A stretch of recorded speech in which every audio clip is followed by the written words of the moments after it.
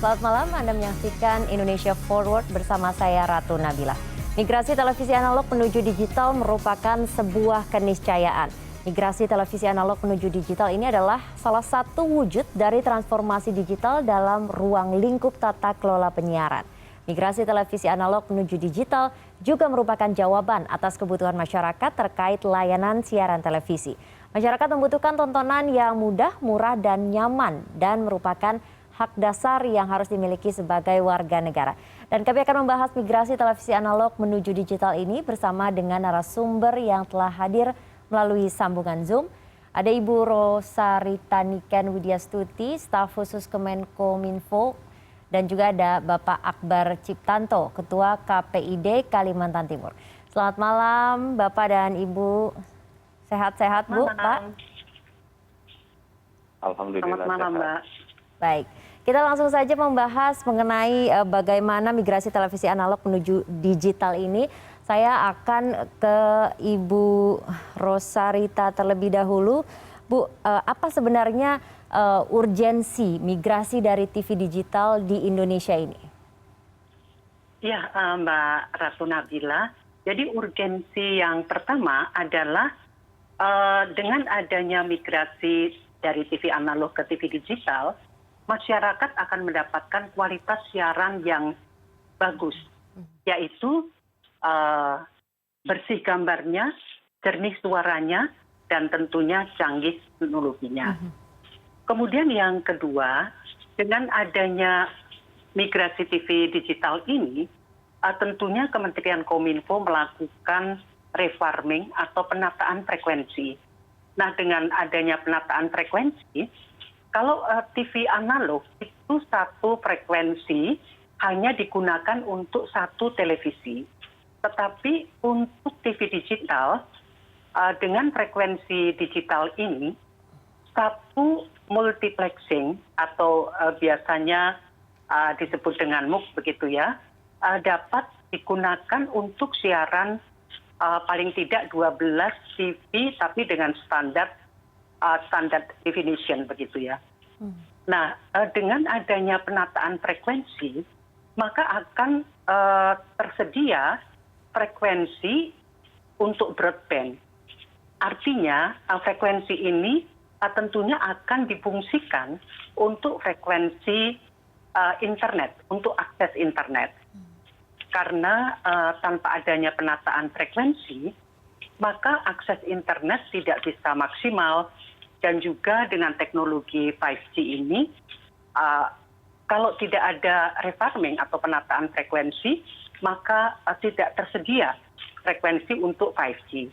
Nah, dengan adanya penataan frekuensi ini, akses internet akan terbuka, sehingga dapat dimanfaatkan untuk transformasi digital, meningkatkan ekonomi digital, memberikan pelayanan kepada semua masyarakat terkait dengan pendidikan, kesehatan, kemudian bisnis, dan lain sebagainya. Jadi dengan adanya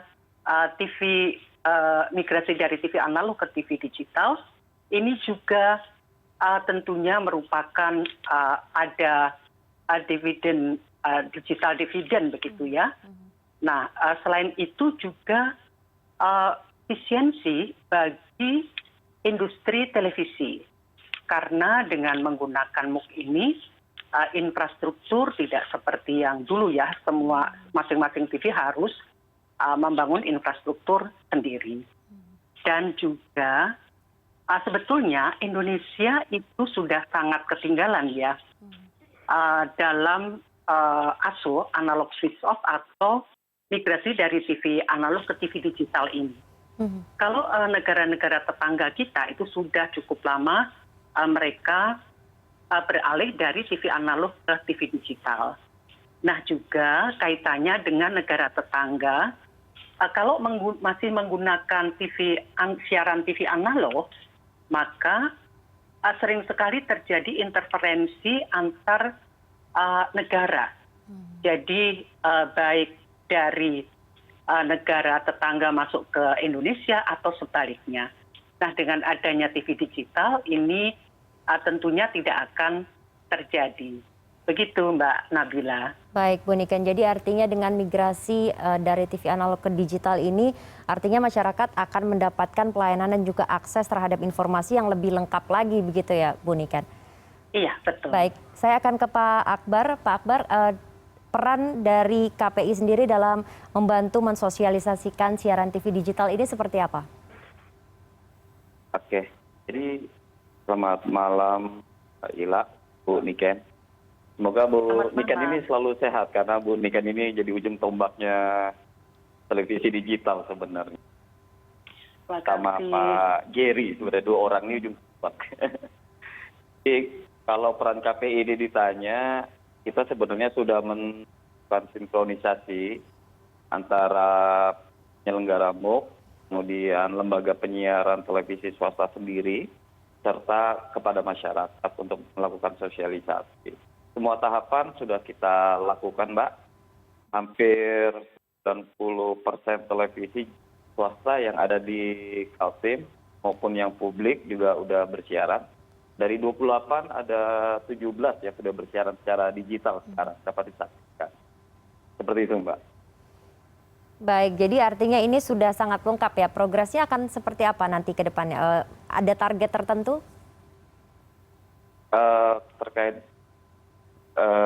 target tentunya kita lebih banyak mendukung dari gerakan-gerakan yang dilakukan oleh kementerian sebenarnya.